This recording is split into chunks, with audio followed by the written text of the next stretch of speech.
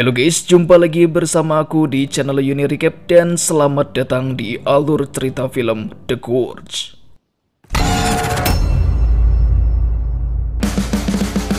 Sebuah film yang menceritakan dua mercenary dengan kemampuan tingkat 8 diberi misi untuk menjaga sebuah jurang yang terisolasi dari dunia luar.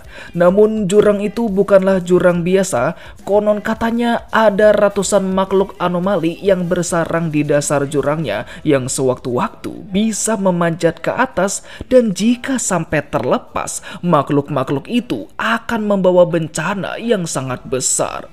Ya sudah, sebelum tetangga di sebelah rumah saya datang ngomel-ngomel, langsung saja kita masuk ke alur ceritanya.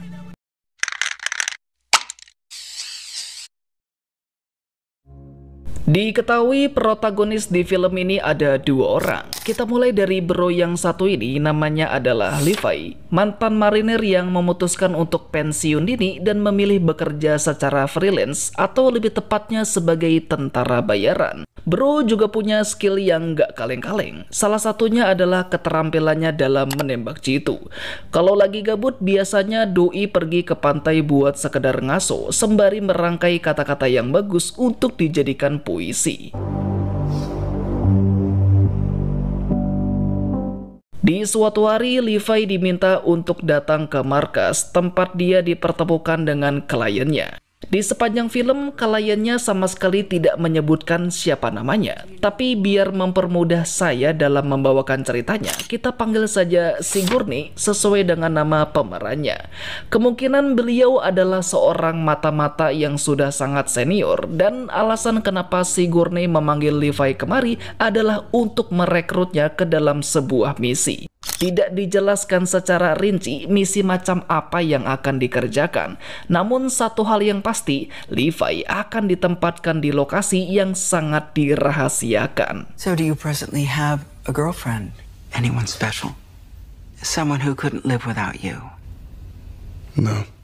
Kita pun dibawa ke protagonis kedua, yaitu seorang wanita bernama Drasa, warga kebangsaan Lithuania yang kurang lebihnya punya latar belakang yang sama seperti Levi, sama-sama tentara bayaran dengan skill menembak jitu yang over the top. Bedanya, jika Levi sudah gak punya siapa-siapa lagi, Drasa masih punya bapaknya yang selalu menunggu kepulangannya. Usut punya usut, bapaknya si Drasa adalah mantan anggota KGB, sebutan untuk Badan Intelijen Uni Soviet, yang bisa dibilang latar belakangnya si bapak juga tidak kaleng-kaleng. Namun dirinya yang sekarang sudah tidak prima lagi seperti dulu. Belum lagi beliau juga menderita penyakit kanker yang jujur saja itu sangat amat menyiksanya. Jika disuruh memilih, mungkin beliau akan memilih untuk mati saja. Bahkan si bapak juga sudah berencana untuk melakukan bundir, tepatnya nanti pada tanggal 14 Februari yang merupakan hari Valentine. Drasa yang mendengar itu juga tidak bisa mencegahnya. Ditambah setelah ini dia akan pergi lagi untuk menjalankan misi dan baru akan pulang 1 tahun setelahnya. I will be ready to finally rest here next to your mother. Mulai masuk di bulan September dan kita dibawa kembali kepada Levi yang tahu-tahu sudah berada di dalam sebuah pesawat dengan kondisi baru bangun setelah dibius. Hal ini memang sengaja dilakukan sebagai bentuk pencegahan supaya Levi tidak dapat mengetahui kemana dia dibawa pergi, mengingat lokasi dari misinya adalah tempat yang sangat dirahasiakan. Ketika waktunya sudah tiba, Levi diterjunkan dari pesawat, dan ketika sudah mendarat, dia masih diharuskan untuk berjalan kaki selama 1 hari. Sampai akhirnya dia tiba di tempat tujuan di sebuah jurang tanpa nama dengan ukuran yang sangat lebar. Dia pun disambut oleh seseorang bernama Jesper Didrek, kita panggil saja JD, satu-satunya prajurit yang sebelumnya juga menjalankan misi di tempat ini, di mana dia sudah ditugaskan untuk menjaga jurang ini 1 tahun lamanya. Seorang diri tanpa ditemani satu teman pun, dan dalam waktu selama itu, JD benar-benar sendirian. You're the first person I've spoken to face in a year, and my tour rotation officially ends at midnight. Ya, sebenarnya sih nggak sendiri-sendiri amat ya, karena di seberang sana, yaitu di sisi timur, juga ada satu orang yang berjaga. Namun perlu diingat, berkomunikasi dengan penjaga di sisi timur adalah sesuatu yang sangat dilarang. I did see movement over that side earlier this morning. I think they just completed their annual rotation too. Contact with the other side is strictly forbidden, which is irrelevant. Ini dia menara pengawas yang akan menjadi tempat tinggalnya Levi yang sudah dilengkapi dengan pasokan listrik, persediaan air, beberapa pakaian, dan juga tempat BAB. Sementara untuk makanannya bisa didapat dengan cara berburu, atau kalau pengen menanam sesuatu, di situ juga ada kebun. JD pun lanjut menjelaskan, setiap 1 kilometer di tepi jurang dibangun sejumlah pemancar sinyal yang dinamakan cloaker. Fungsinya untuk menyamarkan lokasi daripada jurang ini supaya tidak terdeteksi oleh satelit mata-mata, atau lebih simpelnya sih biar gak kelihatan aja waktu dicari di Google Maps. Nah, ada satu hal yang harus diingat baik-baik oleh Levi. Jikalau semua pemancar sampai hancur, hal itu akan memicu sistem pertahanan yang disebut dengan nama Stray Dog Protocol. Jika itu sampai terjadi, sirene serangan udara akan berbunyi dan Levi harus berlari sejauh-jauhnya dari jurang ini. Stray Dog Protocol. What is that? No idea. But if you hear those air raid sirens, you run like hell. Sebenarnya misi macam apa yang harus dikerjakan oleh Levi? Sebelum menjawabnya, JD pun melempar granat ke dasar jurang yang di saat itu juga muncul suara-suara aneh yang berasal dari dasarnya. What the hell is that? Dikatakan dasar jurang merupakan tempat bersemayamnya makhluk-makhluk anomali yang sewaktu-waktu bisa saja memanjat ke atas. Tidak ada yang tahu makhluk jenis apakah mereka, tetapi penjaga terdahulu menyebut mereka dengan nama Hollow Man. Dan tugas utama Levi adalah mencegah makhluk-makhluk itu supaya tidak keluar dari dalam jurang. What do you think's really going on here? Is the gorge is the door to hell, and we're standing guard at the gate. Setelah semuanya sudah siap, JD pun segera pulang dan selang 1 hari perjalanan dia pun sampai di titik kumpul dengan helikopter yang datang menjemputnya. Namun, sesuatu yang tidak disangka terjadi. JD ditembak mati. Tentu, alasannya bukan karena si Gurney tidak mampu menggajinya, tapi hal ini memang sengaja dilakukan sebagai upaya untuk mencegah adanya kebocoran informasi. Kemungkinan besar, nasib yang sama juga terjadi kepada para penjaga terdahulu dan tidak menutup kemungkinan nantinya hal yang sama juga akan terjadi kepada Levi. Rotation complete. Copy that. Singkat cerita, mulai masuk di bulan Oktober dan selama itu juga tidak ada sesuatu yang terjadi. Gak cuman berjaga saja, Levi juga harus melakukan beberapa maintenance, diantaranya memeriksa kondisi senjata, menghitung jumlah ranjau, lalu mengecek status pada pemancar, dan setiap bulannya Levi juga wajib memberikan laporan lewat panggilan radio. Tapi tunggu sebentar, dari balik lemari ditemukan ada banyak coretan pada dinding yang ternyata kumpulan kata-kata mutiara yang iseng-iseng ditulis oleh para penjaga terdahulu, dan salah satunya adalah tulisan dari seorang prajurit bernama Kapten Bradford Shaw. Faktanya, tempat ini sudah dijaga ketat sejak tahun 1940-an, di mana Kapten Bradford adalah prajurit pertama yang ditugaskan untuk menjaga sisi barat dari jurang ini. Captain Bradford Shaw, 1947. Only those who will risk going too far can possibly find out how far one can go. Keesokannya tiba-tiba kedengaran bunyi gergaji mesin yang berasal dari sisi seberang, dan rupa-rupanya orang yang berjaga di sana tidak lain adalah bini gue, siapa lagi kalau bukan Drasa yang sudah berjaga sejak awal September.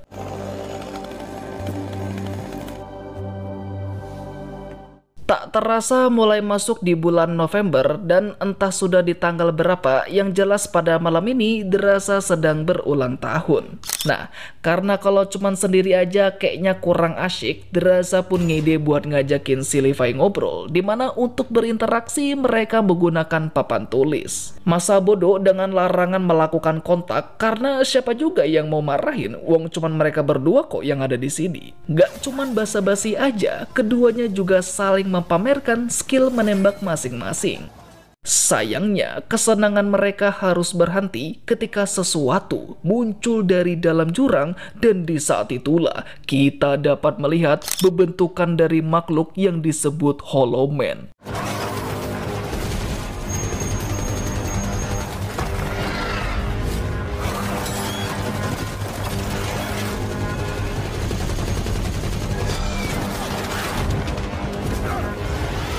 Di saat yang sama, senjata machine gun juga menyala yang dengan cepat membantu mereka menghabisi makhluk-makhluk tersebut, seketika mengubah malam yang tenang menjadi malam yang terang benderang.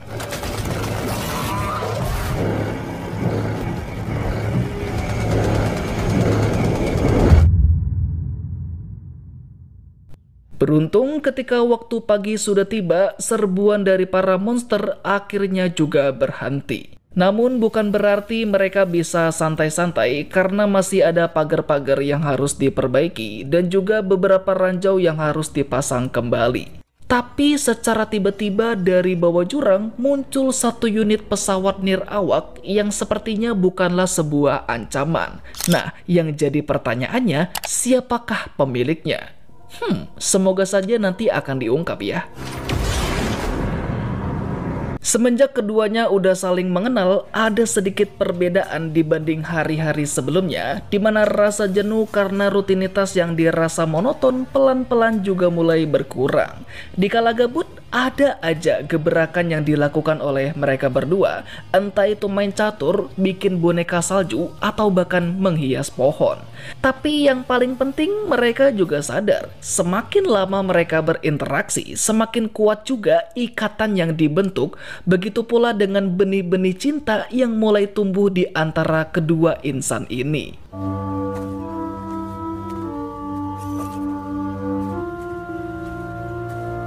Beberapa bulan sudah berlalu dan mulai masuk di bulan Februari. Di malam itu, Levi mendapati Drasa sedang menangis sendirian, seolah sesuatu yang buruk terjadi kepadanya, yang mana waktu ditanya, Doi hanya menjawab kalau hari ini terasa sangat berat.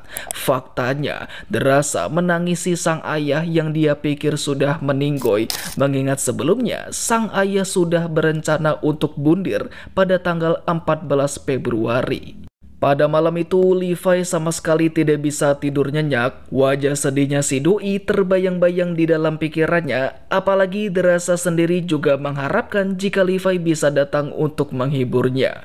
Tanpa pikir panjang, Levi membuat persiapan untuk menyeberangi jurang. Meskipun jarak antar sisi lumayan jauh, tapi hal itu tidak mematahkan semangatnya untuk bertemu langsung dengan sang pujaan hati. Setelah menyiapkan kabel dengan panjang bermeter-meter, lalu disangkutin pada RPG yang sudah dinetralkan, dia pun langsung menembakkannya hingga mendarat di dekat menara seberang. Dan sisanya, Drasa tinggal mengikat kabel tersebut pada sebuah pohon.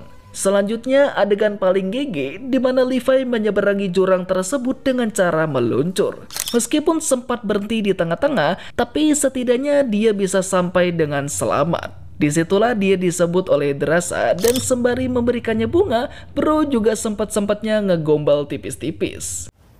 There's a lot more green in your eyes than I was expecting. Akhirnya, momen yang mereka tunggu-tunggu bisa terwujud. Makan malam khusus berdua saja ditemani panorama alam yang sangat indah, lengkap dengan langit senja yang menambah keromantisan dalam setiap momennya. Sebenarnya nggak banyak yang bisa saya bahas pada adegan ini, yang mana cuman sekedar percakapan biasa antara pria dan wanita yang lagi kasmaran.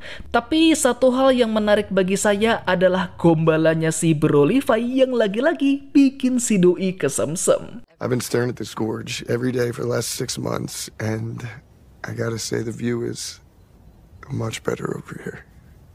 Kencan mereka pun berlanjut sampai larut malam, yang mana dalam segmen ini mereka joget bareng, lalu Kencan mereka pun berlanjut sampai larut malam, yang mana dalam segmen ini mereka joget bareng, lalu diakhiri dengan adegan skibidi. Yap, kalian tahu sendirilah. Singkatnya, pagi pun tiba yang sekaligus menjadi pertanda bagi Levi untuk segera balik. Tapi entah kenapa rasa-rasanya kayak ada sesuatu yang janggal. Dan ternyata benar, para Holoman tampak sedang memanjat di sana dan tidak sengaja menyenggol satu ranjau sampai meledak, di mana serpihannya yang mencelat memotong kabel gantungnya Levi hingga menjatuhkan dirinya. Takut ayang bebek kenapa-napa, Drasa pun ikut terjun ke bawah jurang sampai dia mendarat di sebuah sungai dengan arus yang sangat kencang.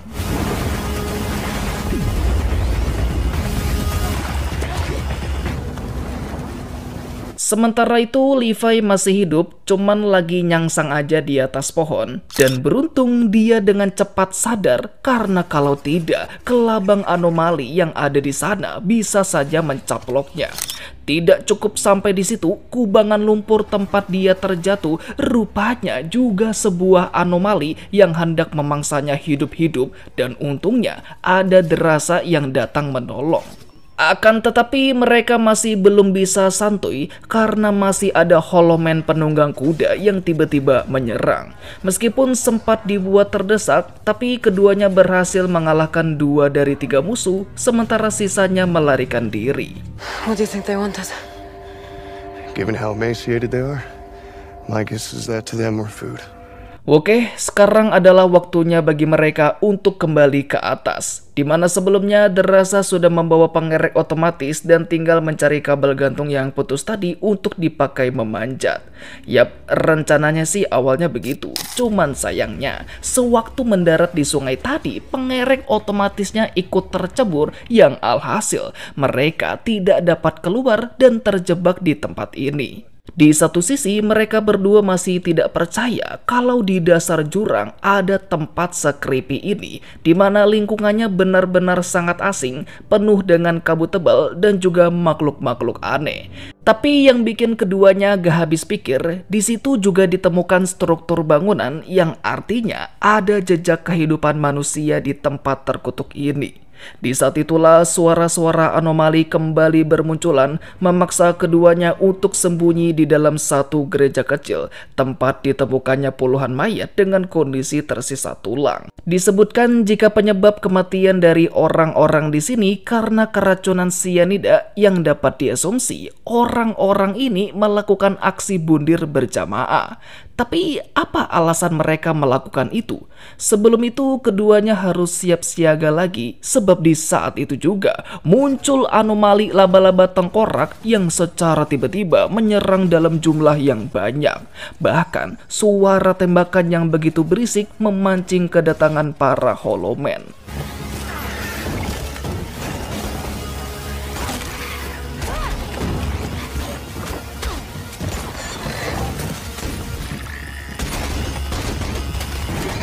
Karena situasi mulai kacau, keduanya pun terpaksa menghancurkan tembok. Setelah itu lanjut lari ke arah dinding jurang tempat ditemukannya sebuah pintu yang di dalamnya ada laboratorium. Selain menemukan banyak mayat serta alat-alat yang masih tertata rapi, di situ juga ada gulungan film yang bikin keduanya jadi penasaran karena siapa tahu di dalamnya berisi informasi mengenai tempat ini. Beruntung daya listrik di tempat ini masih berfungsi sehingga pemutar video yang ada di situ bisa digunakan untuk melihat isi dari gulungan filmnya. Days ago, an 8.1 earthquake struck this location, severely compromising the integrity of our facility. Our duty here is no longer about research, but containment. Setelah menonton yepingan dari orang yang ada di video, ada poin-poin penting yang bisa mereka ambil. Dikatakan tempat ini merupakan hasil kerjasama rahasia antara bangsa timur dengan bangsa barat. Lebih tepatnya Inggris, Uni Soviet, dan juga Amerika. Jadi pada masa-masa akhir dari Perang Dunia Kedua, di dasar jurang ini dibangun fasilitas penelitian untuk menciptakan senjata biokimia. Naasnya gempa bumi besar dengan skala 8,1 tiba-tiba mengguncang fasilitas ini, di mana dampak kerusakannya juga tidak main-main sampai mengakibatkan terjadinya kebocoran zat kimia yang dengan cepat mengkontaminasi semua area di dasar jurang ini. Akibatnya banyak korban yang terinfeksi oleh zat kimia, terutama para prajurit yang bermutasi menjadi entitas biologis yang sekarang kita kenal dengan nama Holoman. Disebutkan juga sebagian korban yang sudah terinfeksi ada yang memutuskan untuk bundir seperti orang-orang yang ada di gereja kecil dengan tujuan supaya mereka tidak ikut bermutasi. Perlu diketahui kabut super tebal yang menyelimuti semua area di dasar jurang ini tidak lain merupakan zat kimia yang bocor tersebut. Apakah itu berarti Levi dan juga Derasa sudah terinfeksi? Well, kalau kata si ilmuwan seharusnya aman-aman saja, asalkan mereka bisa cepat-cepat keluar dari sini maksimal tidak lebih dari 1 hari. Some people are more resistant to contamination than others, especially if exposure is limited to hours instead of days. Dikatakan para peneliti berhasil mencegah paparan zat kimia supaya tidak lolos dari dalam jurang, tapi sayangnya lingkungan di tempat ini secara permanen sudah berubah total menjadi sangat beracun. Satu-satunya cara yang paling tepat adalah menghancurkan total keseluruhan daripada jurang ini, memakai bom dengan daya hancur yang sangat-sangat masif. Tapi kenapa sampai sekarang jurang ini masih belum dihancurkan juga? Jawabannya bisa kita temukan pada ruangan di sebelah, yang di dalamnya ada beberapa komputer yang modelnya itu sudah cukup modern. Dan faktanya, pemiliknya adalah sebuah organisasi bernama Dark Lake, organisasi paramiliter yang berfokus pada riset genetik, di mana mereka menggunakan jurang ini sebagai objek penelitian. Pesawat nirawak yang mereka lihat pada waktu itu, pemiliknya tidak lain adalah Dark Lake yang sedang mengambil sampel DNA untuk diteliti. Tidak disebutkan sudah berapa lama Dark Lake melakukan penelitian, tapi anggap saja mereka sudah memulainya semenjak jurang ini diisolasi, di mana untuk tujuannya sendiri Dark Lake berambisi untuk menciptakan tentara super hasil rekayasa genetik. What's the mother of all secrets? Young soldiers and scientists studied like suffering lab rats. Tidak hanya itu, Levi juga menemukan dokumentasi yang mengacu pada Stray Dog Protocol yang waktu itu juga disampaikan oleh JD, dan terungkap itu adalah protokol untuk meledakkan jurang. Sesuai apa yang dikatakan JD, Stray Dog Protocol akan aktif dengan sendirinya jika semua pemancar sampai dihancurkan, di mana radius ledakannya juga nggak main-main, bisa mencapai 4,2 kilometer. Stray Dog Protocol. What is that? No idea. But if you hear those air raid sirens, you run like hell. Sudah cukup mendapatkan informasinya, sekarang adalah waktunya untuk mencari jalan keluar. Tapi tunggu sebentar, sebelumnya Derasa menaruh tas berisi amunisi di dekat pintu, tapi entah kenapa sekarang tas tersebut tahu-tahu sudah berada di luar. Udah pasti ini perbuatannya si Holoman penunggang kuda yang tadi berhasil kabur, dan ketika mencoba untuk mengambilnya lagi, keduanya tidak sadar kalau itu adalah jebakan. Secara tiba-tiba kaki Derasa langsung terjerat lalu ditarik paksa oleh si penunggang kuda sampai kepalanya kejedot.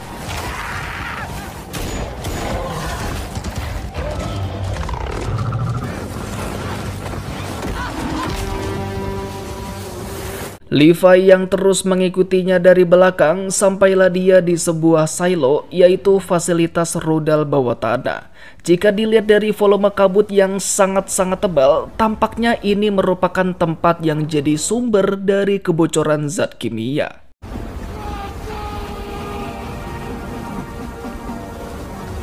Sementara itu, kelihatannya Derasa sedang dalam bahaya karena sebentar lagi Doi bakal dijadiin daging panggang. Untungnya Derasa bukanlah wanita yang lemah, di mana Doi masih bisa melawan balik, dan ketika sudah terpojok, untungnya ada Levi yang datang tepat waktu. Faktanya, Holoman tersebut adalah Kapten Bradford Shaw, yaitu prajurit pertama yang menjaga menara di sisi barat. He named the Holoman. He was the first soldier in the West Tower.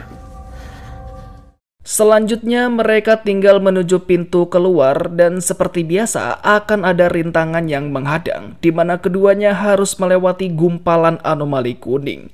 Pengennya sih mereka bisa lewat dengan tenang, tapi nyatanya ada saja yang bikin mereka kesulitan, dan daripada repot-repot, sebuah granat langsung ditembakkan yang langsung membakar habis gumpalan kuning tersebut.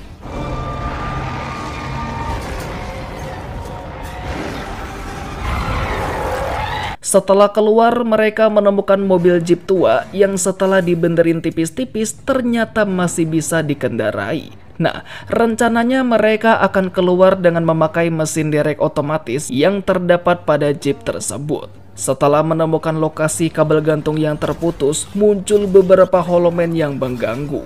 Meski begitu, kabelnya berhasil diikat pada mesin dereknya dan sembari menginjak pedal gas, mesin derek akan menarik kabelnya dan membawa jeep yang mereka tumpangi pelan-pelan naik ke atas.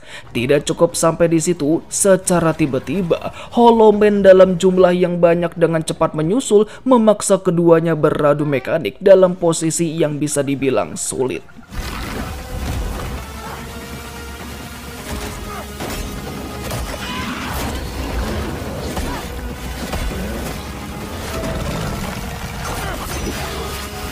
Hingga pada satu titik, keduanya memakai pertalite yang tidak dioplos untuk membakar para holomen, dan tidak cukup sampai di situ, mobil jeepnya juga mereka jatuhkan sampai menimpa makhluk-makhluk jelek itu.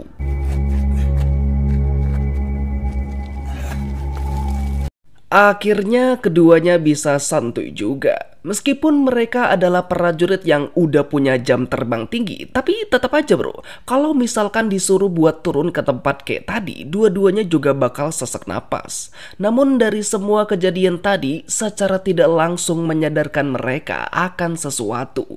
Alasan kenapa Dark Lake memilih keduanya untuk ditugaskan menjaga jurang ini, bukan karena mereka jago menembak, tetapi karena keduanya dapat dengan mudah disingkirkan. Maksudnya gimana tuh bang?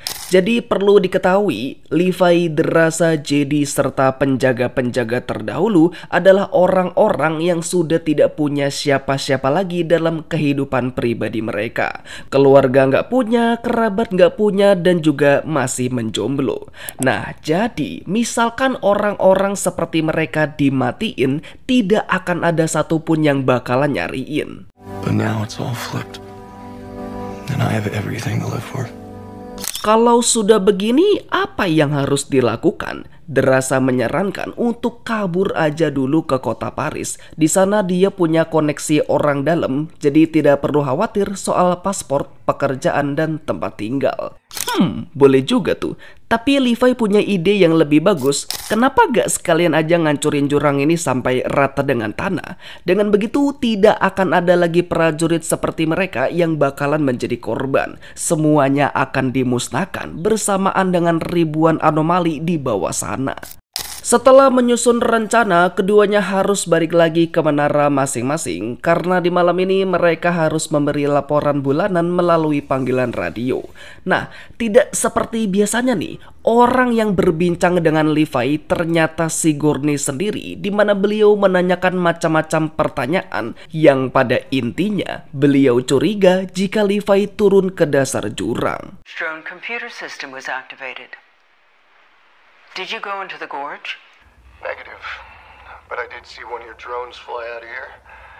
Seems like you're not a spook after all. By the way, kok beliau bisa tahu ya kalau Levi sudah turun ke bawah jurang? Rupa-rupanya pada komputer yang dinyalakan keduanya sewaktu di ruangan itu, ternyata kamera pada monitornya sudah disadap sehingga wajah keduanya dapat terlihat dengan jelas.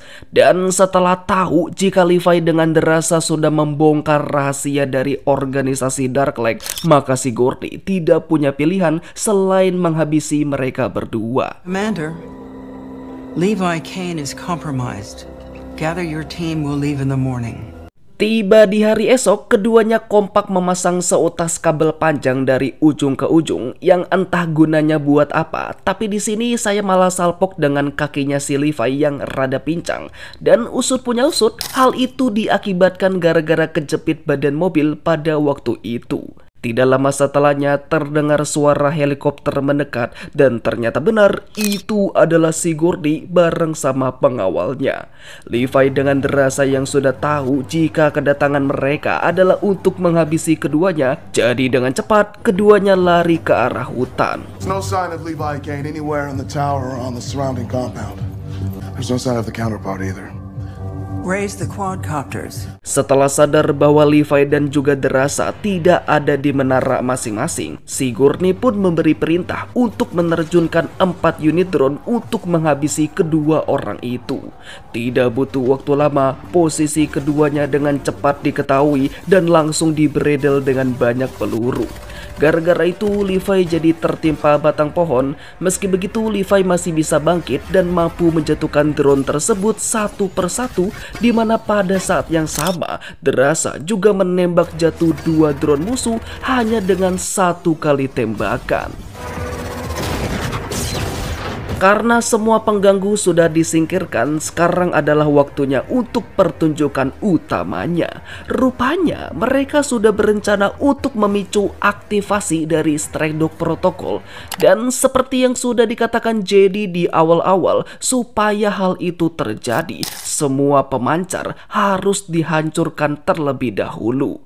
Itulah sebabnya keduanya sudah memasang bom pada setiap pemancar, dan faktanya kabel panjang yang tadi keduanya pasang adalah sumbu peledak. Dengan persiapan yang segitu matangnya, mereka berdua cuman membutuhkan 1 tembakan jarak jauh untuk menghancurkan semua pemancar secara bersamaan.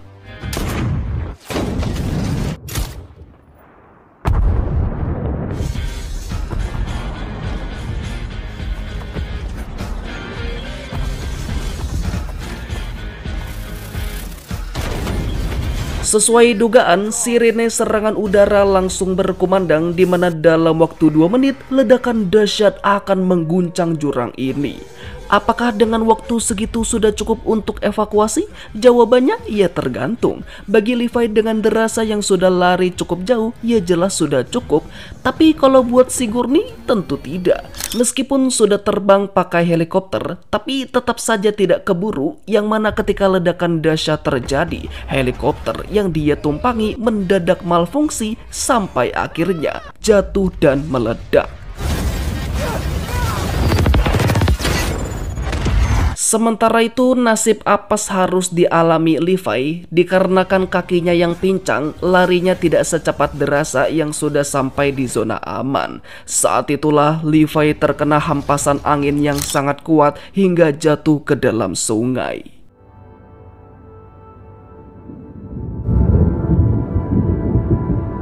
Setelah 1 minggu berlalu, keduanya sudah janjian untuk bertemu kembali di suatu tempat di kota Paris. Namun sayangnya Derasa yang sudah sampai duluan harus dibuat kecewa, yang meski sudah ditunggu sampai terbenamnya matahari, Levi masih tidak kunjung datang. Sempat kepikiran macam-macam jika Levi tidak selamat, tapi semoga saja dirinya salah.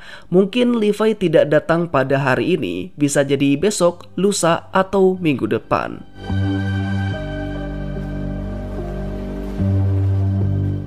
Dua bulan kemudian, dan disinilah Derasa sekarang bekerja sebagai pelayan restoran dengan gaji yang lumayan. Di hari itu tidak seperti biasanya karena tiba-tiba datang satu pelanggan yang bikin hatinya cenat-cenut. Yap, siapa lagi kalau bukan Levi, sang pujaan hati yang rupanya masih hidup. Hello, Levi. You're late. I had to get back to you.